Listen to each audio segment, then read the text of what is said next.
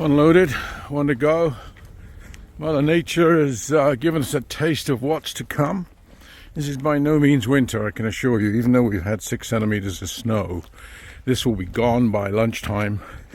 And then, of course, with the weather exchange, there's going to be strong winds. So I'm going to try and get out first thing this morning, load up these birds. They're on the money, and see what the snow shows us out there. Well, I'm sure the roads are going to be a bit greasy today. My concern is I get out before the snow melts and the ground gets soft, and I won't be able to get in the fields. So, well, I have a to die for setup here. There is a bit of cover on the edge here, but just off the road about 60 yards, I'll try and zoom in with my phone. Right in the middle there, you'll see on top of my fingers a covey of hunts. They got nowhere to go other than the side of the road, or of course where I think they'll go is to that cover there. So I'm going to put my falcon up here quickly to pin them down, and then I'll drive up there and hopefully we'll get a nice flush. Well, first to fly today is going to be Smith. He's on the lower end of his weight. Look at that, just in the distance. I don't know if you can see, there's a murmuration again. It's probably a wild prairie or something that's underneath them. I can't see, and I'm not going to look right now because I'm trying to fly a falcon. But a rough-legged hawk went over the field just there and pinned down those huns. So he helped me out a little bit. I just hope now the falcon's going to follow my truck and join me up there. I've got to go into wind, but it's the best way to approach in this instance because of the proximity of cover. We'll see how this goes. I think I'm going to pull over just here and then walk out wide and try and push them this way.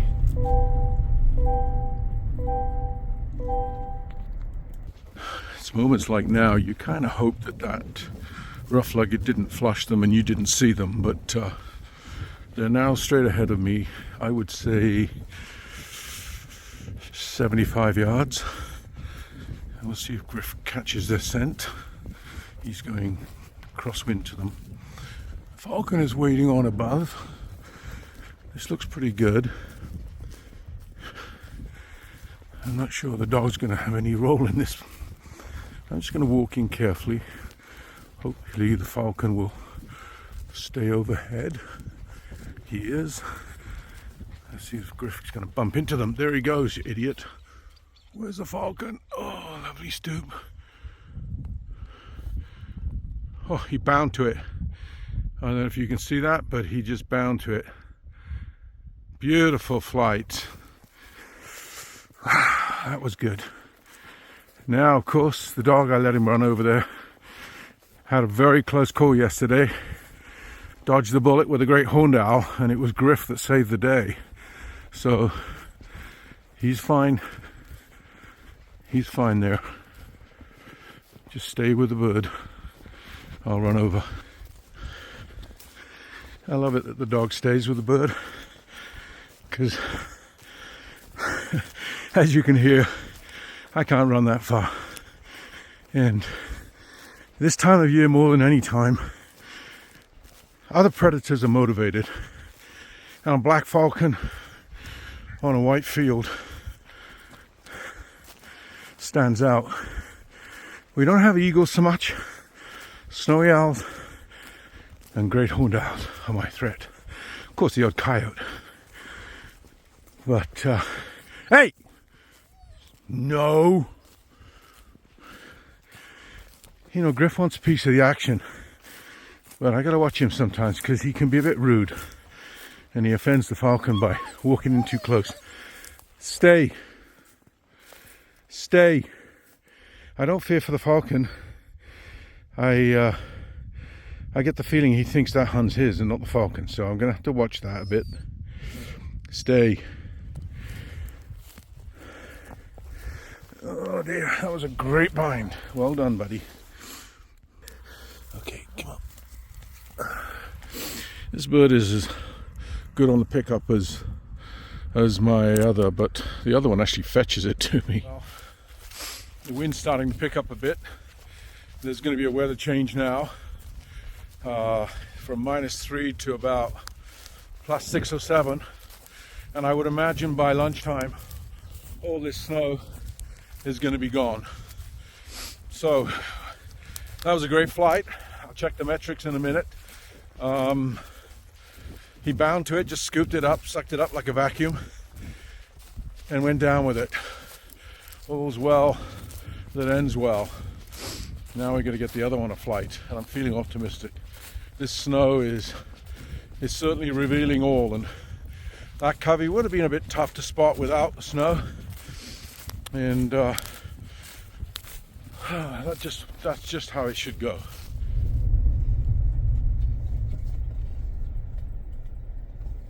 That's Covey Huns, but of course right next to somebody's dwelling.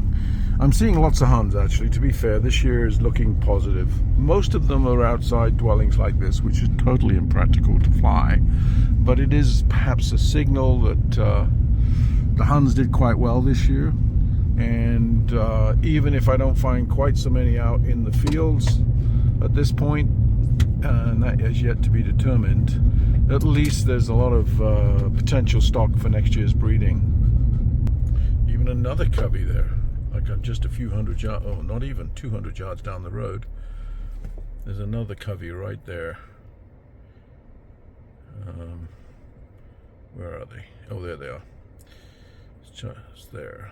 But again, not a flyable setup for me. It's seeing coveys is one thing, but yeah, there's a fence, there's a power line across the road over there.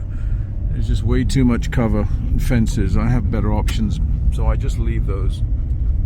Decided I'm going to pass on these. It's a great setup, but there's better, and I've become very selective. There they are. They're just about there. I would say 25 yards away. It is a pretty good setup. Decisions. I decided I am going to fly it now. Falcon's taken off. The Huns are a couple of 100 yards or so that way. The bush is 100 yards that way. The thing I didn't anticipate is those grain bins in the distance. There was a whole flock of pigeons that just took off. I hope he doesn't see them, and he turns and focuses on my truck. I'm going to drive a little way, as I always do. I like the truck to be in close proximity, just because I may need to jump in it and race after the bird. So I'm not going to go too far. They're the other side of this brow. I'm going to get out. I'm not going to use the dog. There's a highway right next to me. Just want to minimize the F-up factor.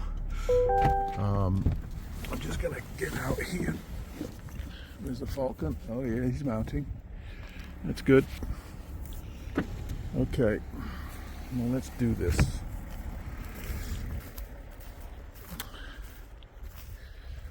He's getting up nice.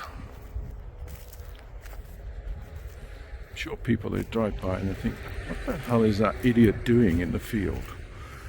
But you get a little bit oblivious to it after a while. Okay, they're not too far, probably 40 yards or so, just over the brow.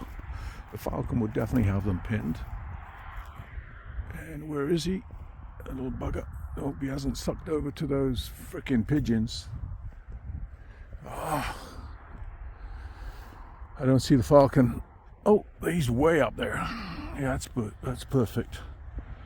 Okay, I'm going to walk in. They get too high, you lose a little bit of a really decent pitch again. He's going up probably 500-600 feet. It's almost too high, really. But he knows what the game is. I'm going to see if I can get this Hun out of this tiny little bit of bush. Just here, this bit of grass. Unless he's running the culvert, in which case, game over. But he's probably in here. I don't want the dog. The falcon's right above. He knows what's going on. No cars. Get on, get on. Oh, there's the Hun. There he goes. I nearly picked him up. I'm just going to watch him. He's motorboating. He's not doing well. Oh, I'll see if the falcon gets him. He's that hun is hurt. This is a good job I didn't have the freaking dog. I'm just going to go and see if I can recover him. He's here somewhere, and I think he might be on it. He's not good at the ground game as Smith is, his brother. Where is he? But where is he? He was just here. But he may have it. The cover's, you know, with a bit of snow now, might be a bit harder to find. In fact, right now the freaking falcon's harder to find. I think I'm going to switch the got it. I see him. Yeah, he has it. Well, that was a very good flight. I would have called him down, but he went up really good. What's up? He went up very nicely, probably another 500-600 feet. Yeah. And that hun was definitely hurt. I'm glad I reflushed it because it didn't get too far across the road and in this tall grass. Well, that's pretty good. 2 flights in less than an hour. This one is not as clean and aesthetic as I would have liked, but certainly a good flight. I'm going to try and experiment and see if this bird is going to come to the fist. Probably not. Yeah, he did, but he didn't fetch it. Sometimes he jumps up with the hun. Another double header day. Both birds flown within an hour. This is how it used to be in the good old days, and hopefully the hun numbers are back to those numbers, and I don't have to work as hard as I have done in the past few years to get those flights. Anyway, this was just to describe my setups. The bushes over there are right beneath the power line, and if the falcon, for whatever reason, doesn't get down quick enough and the flight sort of ends there, the throw up could be disastrous for the falcon. The huns were a good 100, probably 150 yards that way, and that's at least 150, 200 yards to that way. So my calculations were that he would get there, and sure enough, that's the worst case scenario.